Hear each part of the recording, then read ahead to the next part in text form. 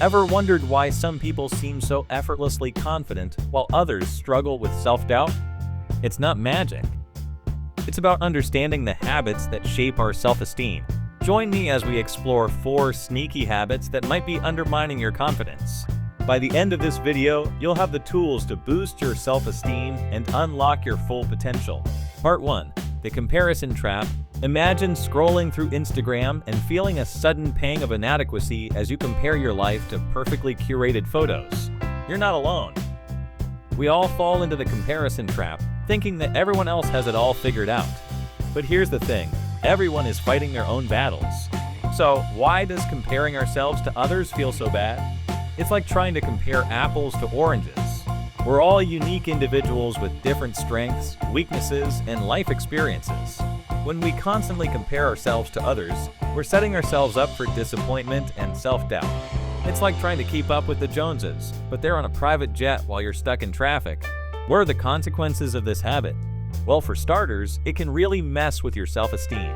You might start to feel like you're not good enough or that you'll never measure up. It can also lead to anxiety and depression. So how do we break free from the comparison trap? Focus on your own journey. Remember, everyone is on a different path.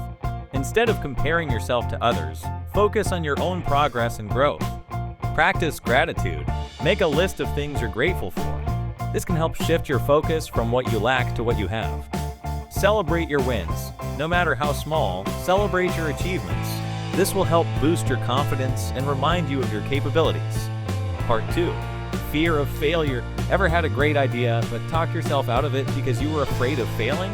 Yeah, me too. Fear of failure is a common human experience, but it can hold us back from reaching our full potential. Why do we fear failure so much? Well, it's natural to want to avoid pain and discomfort. But the truth is, failure is a normal part of life. Everyone experiences setbacks. The key is to learn from our mistakes and keep moving forward. What happens when we let fear of failure control us? We might miss out on amazing opportunities, procrastinate, or even give up on our dreams. It can also lead to a cycle of self-doubt and low self-esteem. So how can we overcome our fear of failure? Embrace challenges.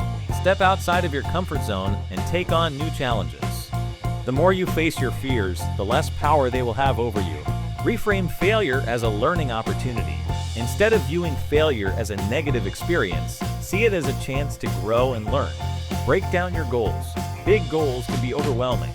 Break them down into smaller, more manageable steps. This will make them less intimidating and easier to achieve. Remember, it's okay to feel afraid, but don't let fear stop you from living your best life. Part 3. The self-criticism spiral. Ever had an inner critic that's always putting you down? Mine is a real pessimist. Self-criticism can be a major drain on our self-esteem. It's like having a constant negative commentary track playing in our heads. Why do we beat ourselves up so much?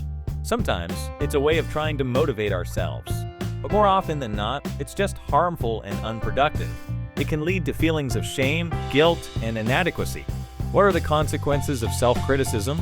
It can damage our relationships, hinder our career success, and even contribute to mental health problems. It's like driving with the emergency brake on. You're going to get nowhere fast, and you'll probably end up hurting yourself in the process. So, how do we break free from the self-criticism spiral? Challenge negative thoughts. When you catch yourself being negative, challenge those thoughts. Ask yourself if they're really true. Practice self-compassion. Treat yourself with kindness and understanding just as you would a friend. Focus on your strengths. Instead of dwelling on your weaknesses, focus on what you're good at. This will help boost your self-esteem. Part 4.